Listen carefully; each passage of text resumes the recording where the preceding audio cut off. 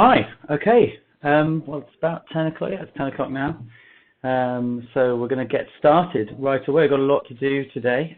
Today is communications. And it's, again, a great honor and a privilege to be here teaching you guys. Really looking forward to it. Let's do what we usually do, get the mobiles and kill them stone dead, go off the network if you can. If you can take your battery out, I get probably quite a few of you can't actually take your battery out, I guess. Anyway, do what you can. Turn your phone off, so it's not going to give you a reminder to do something in the future while we're doing this. Get yourself sort of off the network, if you like. I guess there's probably quite a few of you now who might actually have sorted out your microphone thing. Don't worry, don't panic, because it won't be really necessary until next week. I might ask one of you to say something if you fancy it. So if you think your microphone works, you could let me know by putting a hand up sign, and you think you're pretty confident your microphone works. And when I ask, perhaps stick your hand up and maybe give us some feedback. I'm quite interested to hear about what happened during the group work, if anything.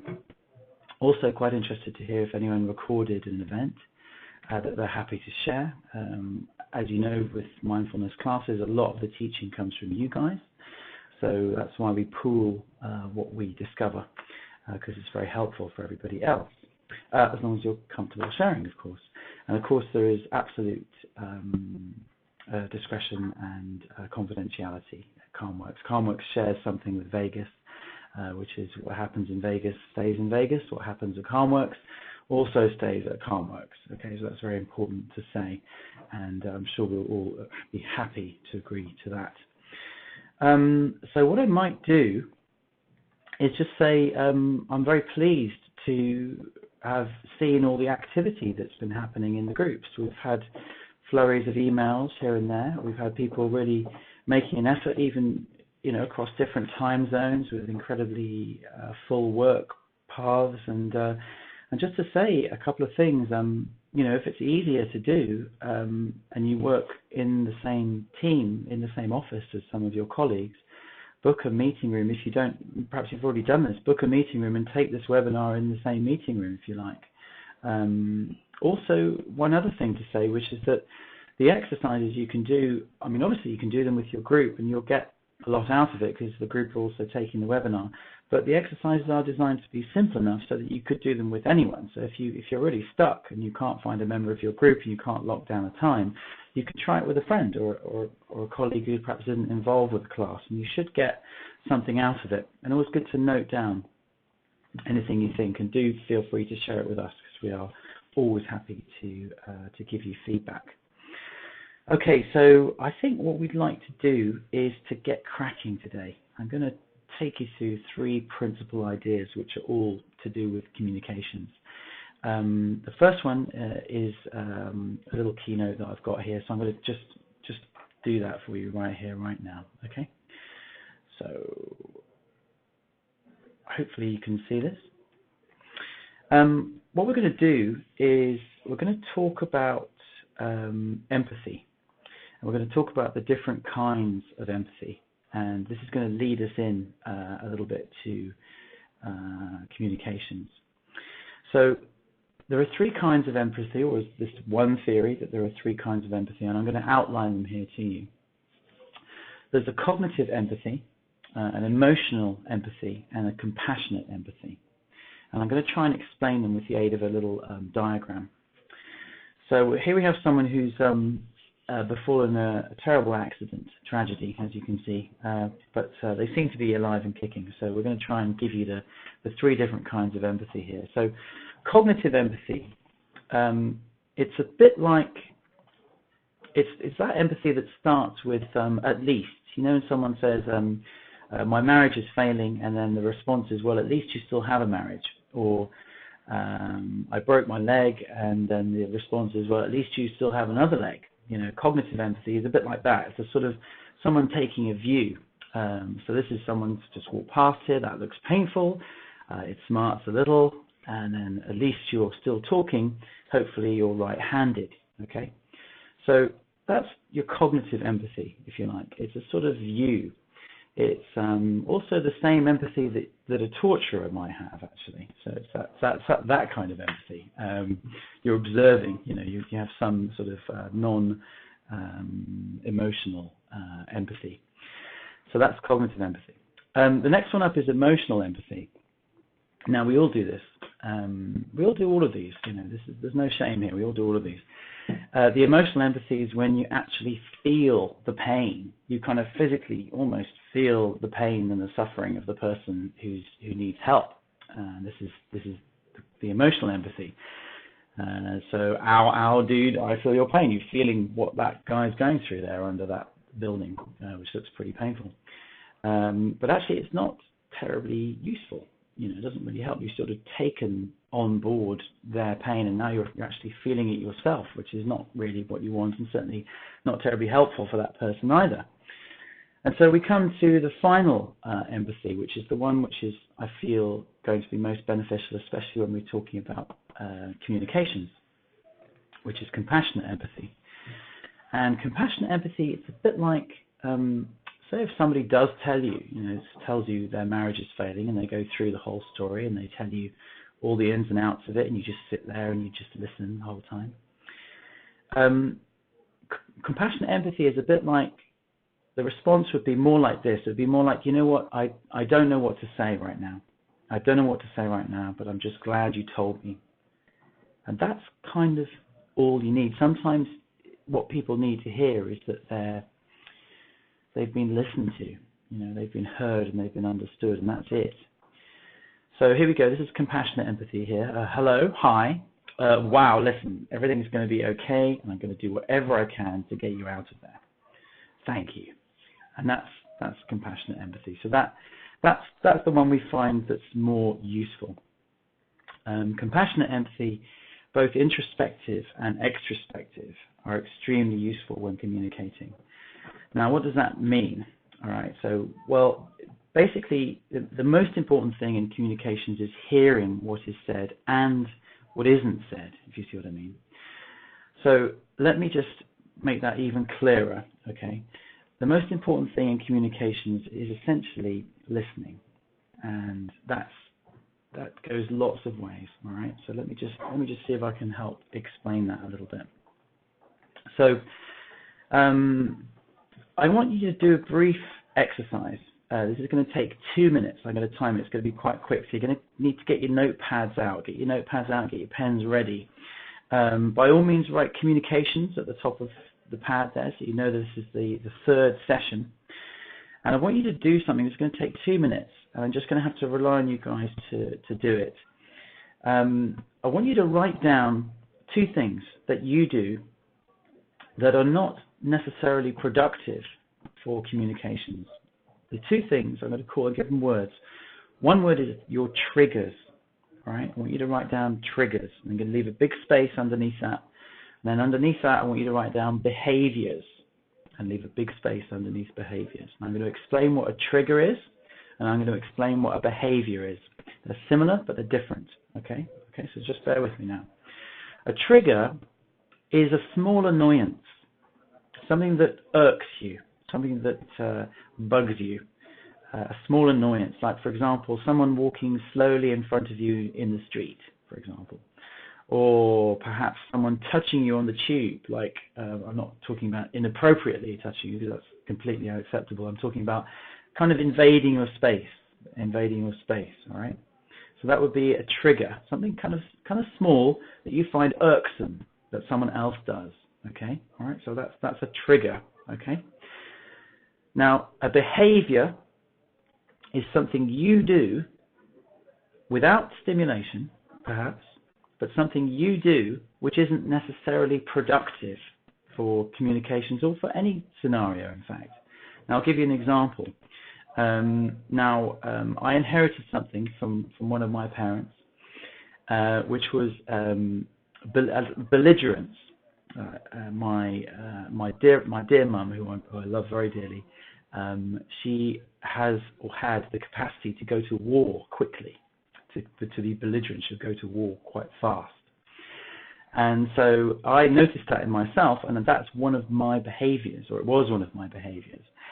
So what I'm talking about is your behavior is something you do which is perhaps a bit naughty or perhaps not very productive for a situation, okay?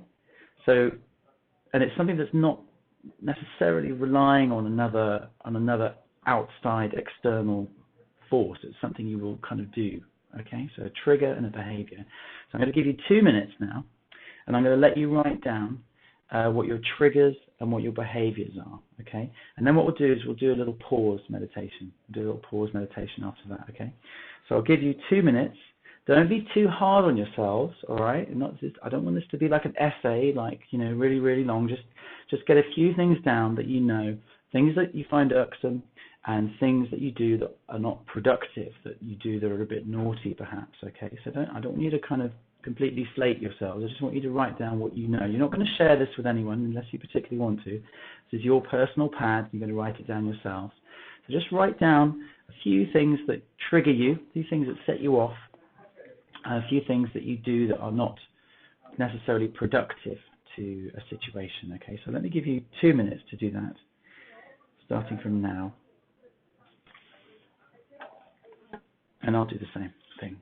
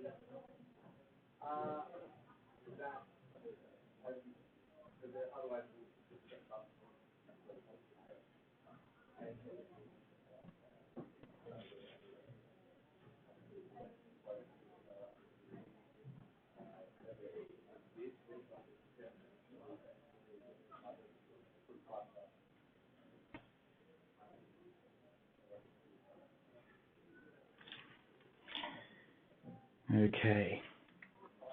All right, that's just coming up to 2 minutes now. So that's, you might find after we do this pause, by the way, that you come up with a couple more. That's often the way meditation works, is if you clear your mind, you often find that something comes to you afterwards or perhaps even during. So look, I completely forgot to start with the pause, so let's do that right now. We always do this at the beginning, usually, of every webinar, so we'll do it right now, just a little way in. Those triggers and those behaviors, they're yours. You keep those, all right? Those are things you can add to those later on if you want to. You can do more. But let's just have our nice little pause, okay? So let's get ready. Let's get into the position we get into when we meditate. Get your feet nice and flat on the floor so you can feel that sensation of your physiology, your body. Get your hands again. Put your hands on your thighs like that. So you can feel that sensation, that touch. And again, let your eyes close down. You can meditate with your eyes open, but it's much, much easier to do with your eyes closed. So let your eyes close down. And breathe in through your nose.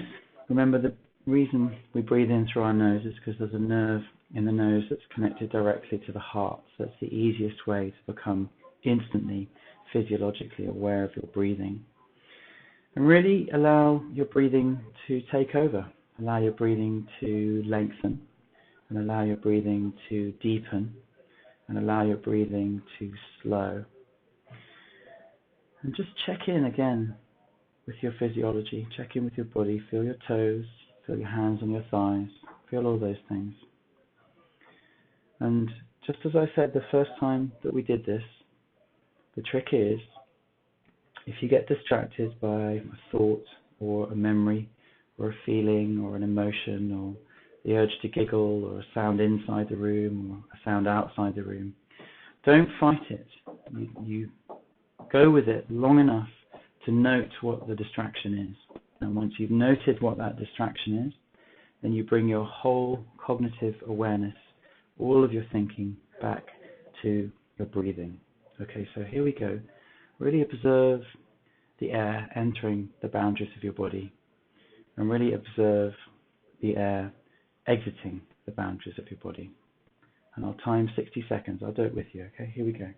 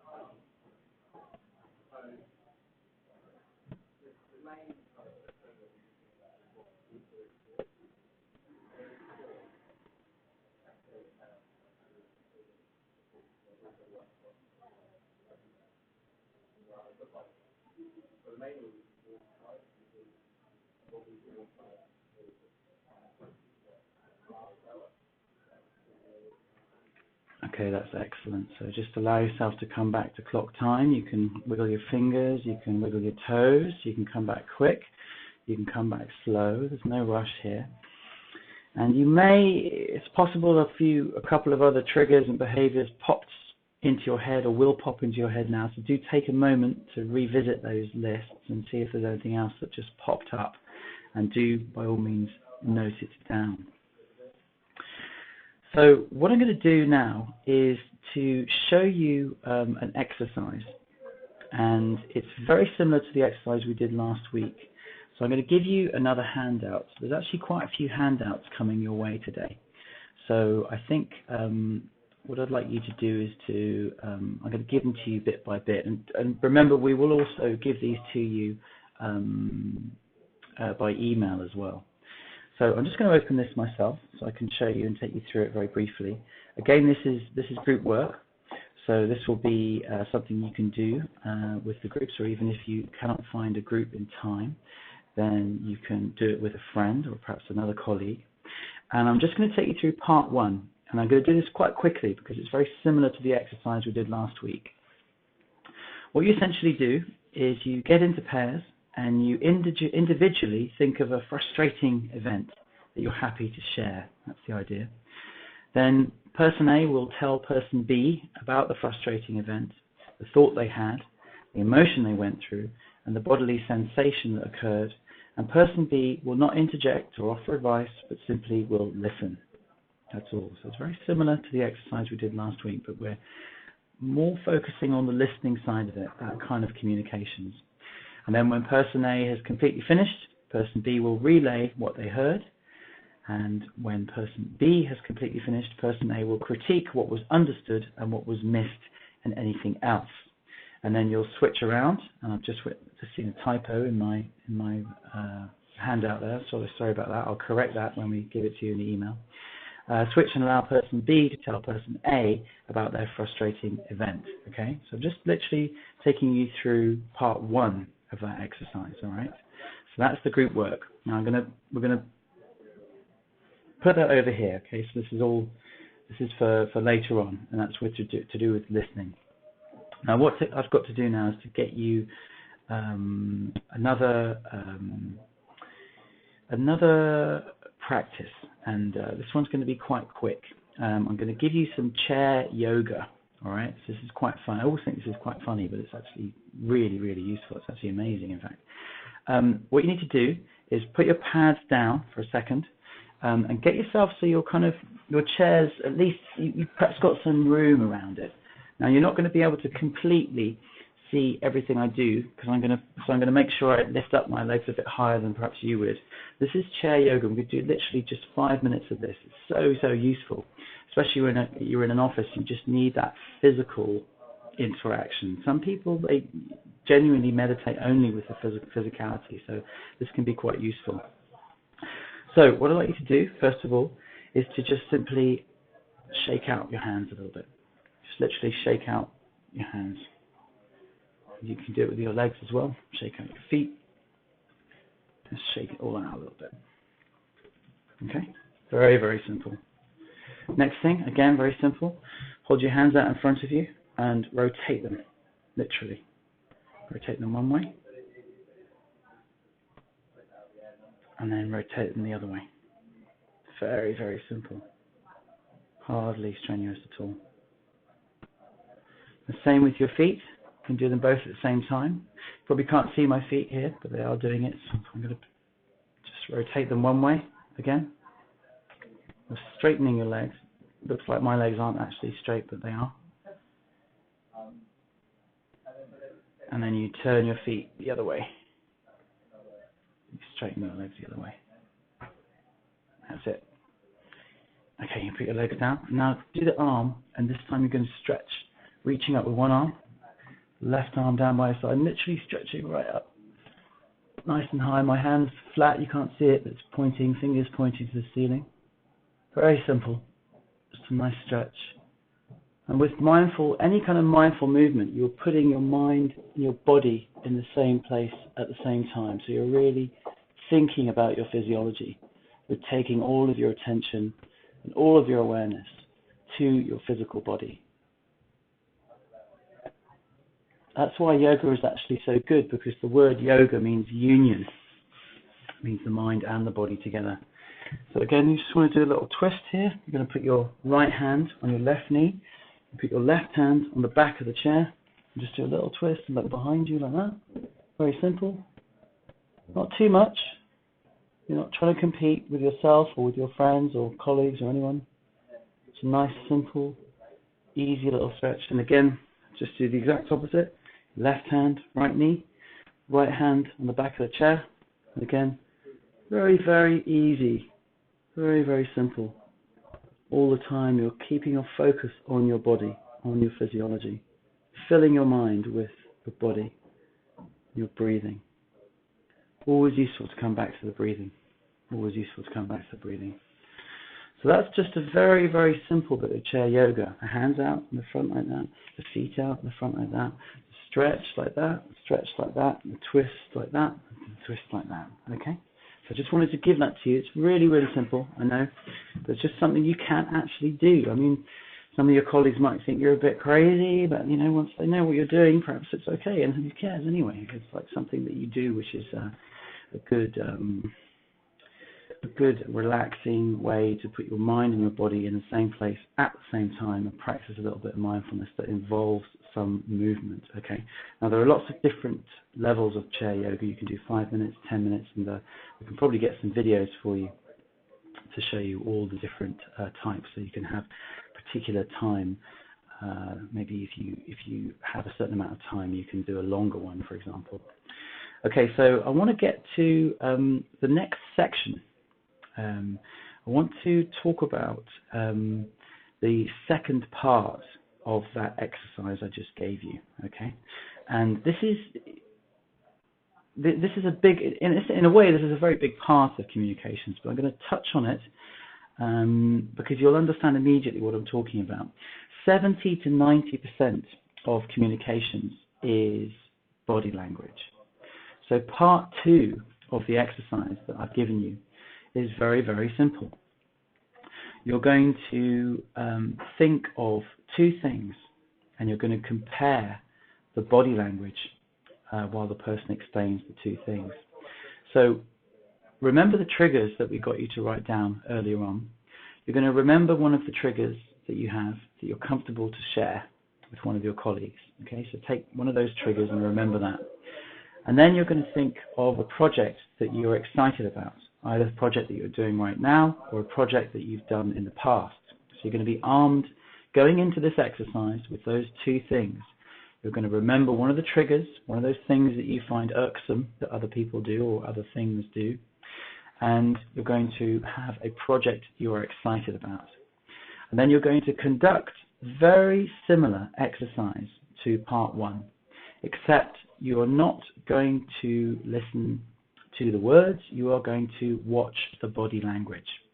So person A and person B will go through the whole process for their trigger, and then the whole process again for the project they're excited about, not forgetting to keep the same form, telling the thought that they had, the emotion they went through, and the bodily sensation that occurred.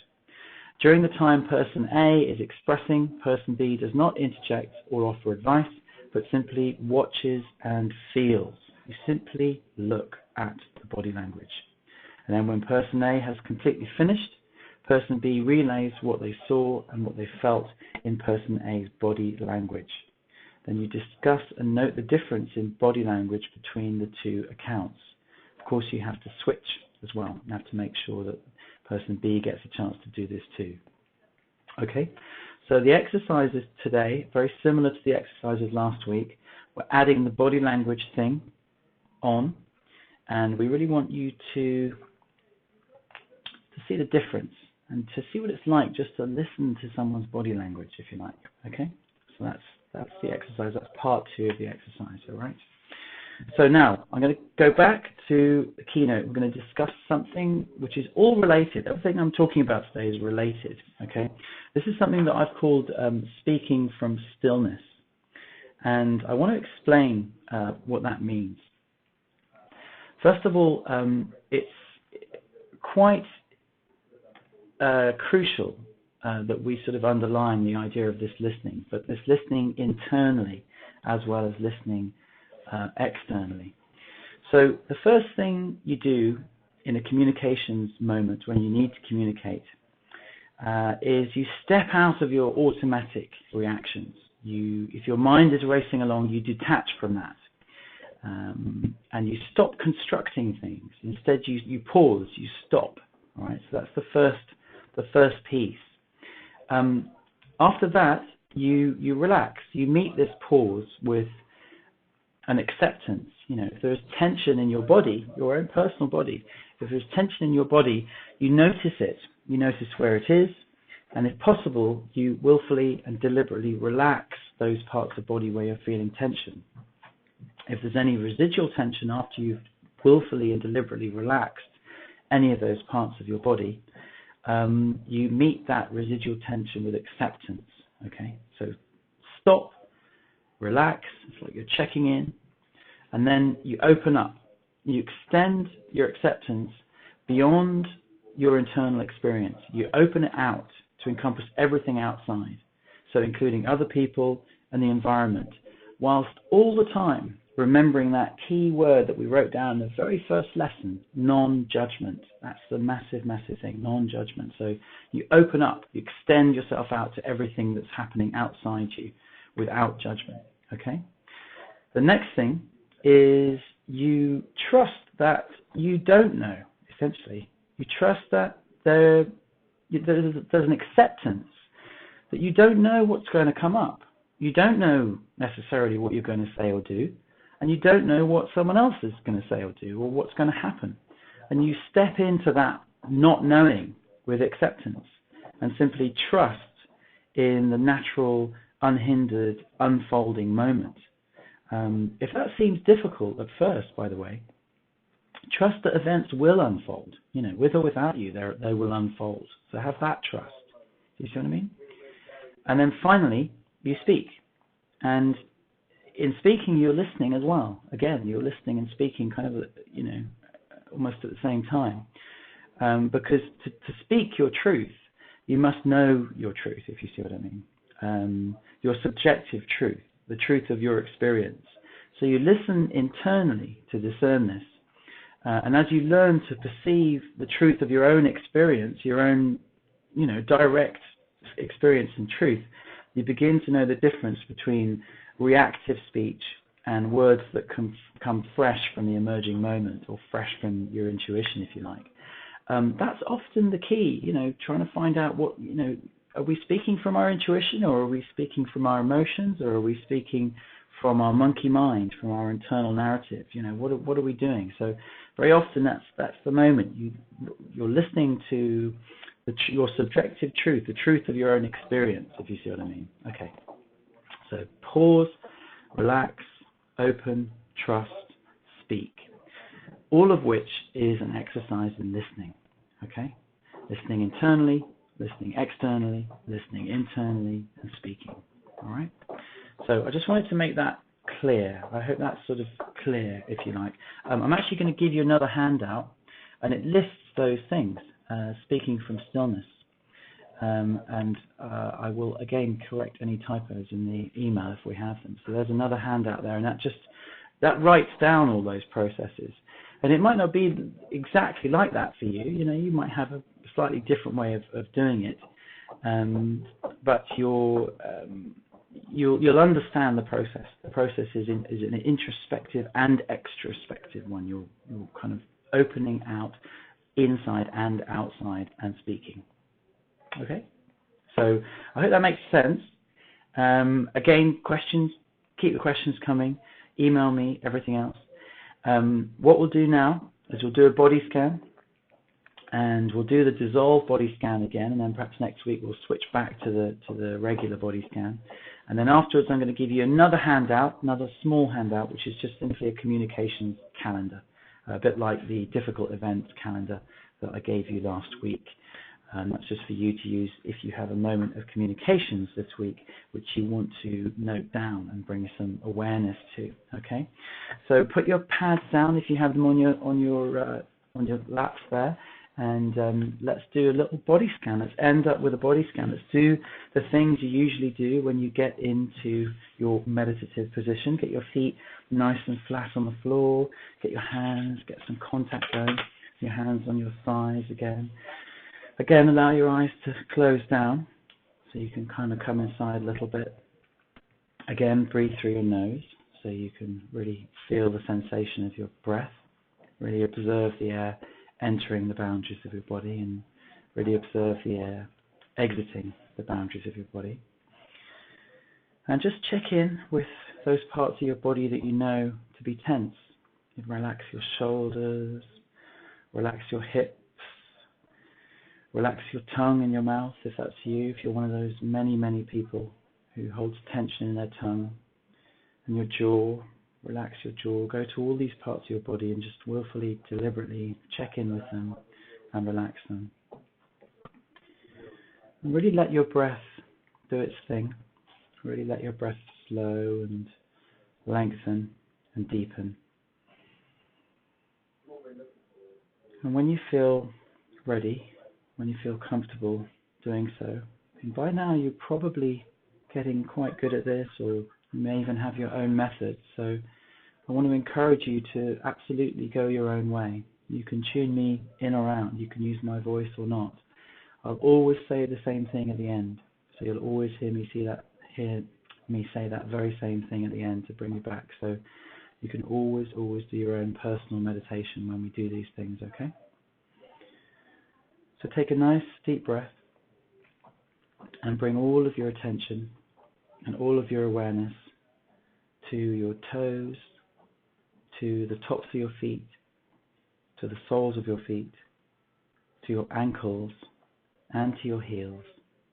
Everything below the ankles, in fact. And when you breathe in, take a nice long, slow, deep breath and breathe all the way down, right down into every single particle of your feet and your toes and your ankles and your heels. And when you breathe out, just let it all go.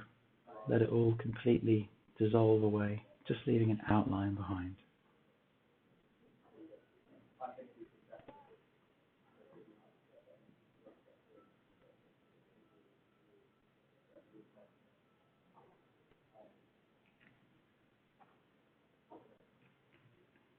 And when you feel ready, when you feel comfortable moving on, again, as I always say, don't let me rush you and don't let me hold you back.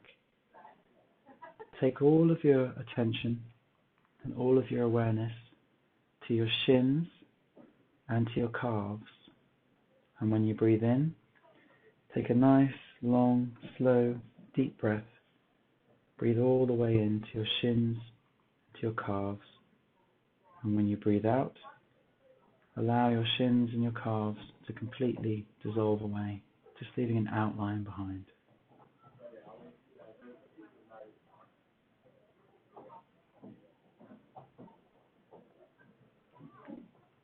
And when you're ready, when you feel comfortable moving on, take all of your attention and all of your awareness to your knees, to your thighs, and to your hips. And when you're looking at all these parts of the body, really look at them like you're a child seeing them for the first time. Look at everything inside, everything outside. And as you breathe in, take a nice, long, slow, deep breath and completely fill up your knees, your thighs, your hips, your pelvis.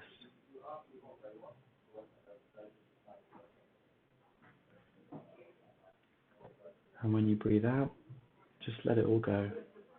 Just watch, just let it all completely dissolve away, just leaving an outline behind.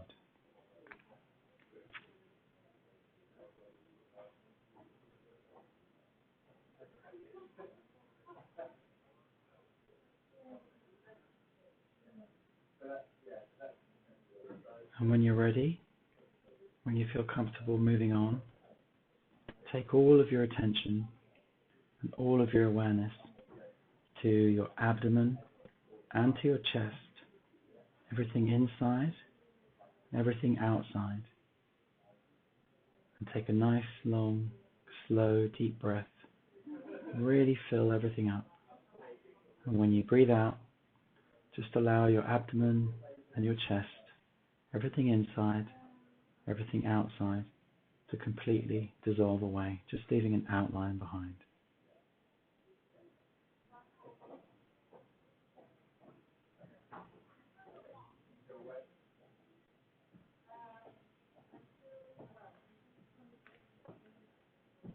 And when you're ready, when you feel comfortable moving on, take all of your attention and all of your awareness to your fingertips, your hands, and your wrists. And when you breathe in, take a nice, long, slow, deep breath. Breathe in all the way down past your arms, right into your hands, your fingers, and your wrists. And as you breathe out, just let it all go. Let it all completely dissolve away, just leaving an outline behind.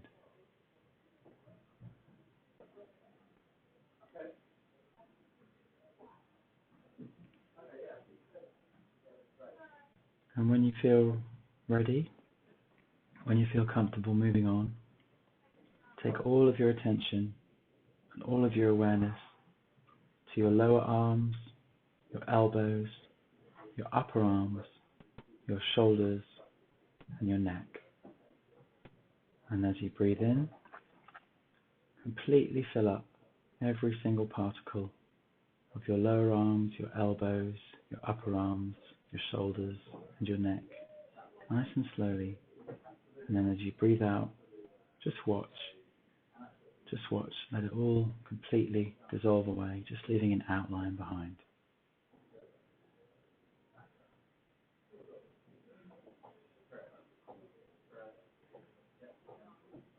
And let's just take a brief moment to breathe in from the neck down to the tips of the toes and the tips of the fingers and everything in between, nice and slowly, filling up the whole entire body. And as you breathe out, allow the whole entire body to completely dissolve away, just leaving an outline behind.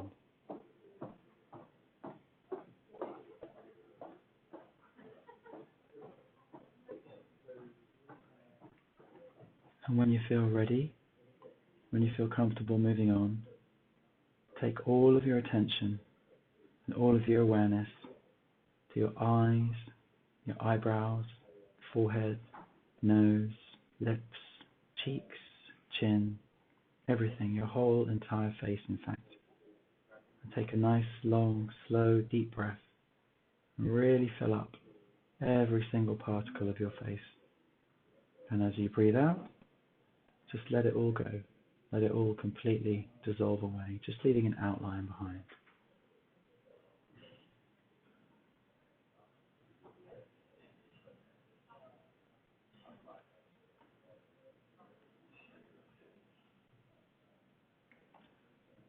And when you feel ready, when you feel comfortable moving on, take all of your attention and all of your awareness to the top of your head, to the back of your head, the sides of your head, your ears, and your jaw, and just completely fill up every single particle of the whole of the rest of your head with a nice, long, slow, deep breath. And when you breathe out, do the exact same thing. Just allow your whole entire head to completely dissolve away, just leaving an outline behind.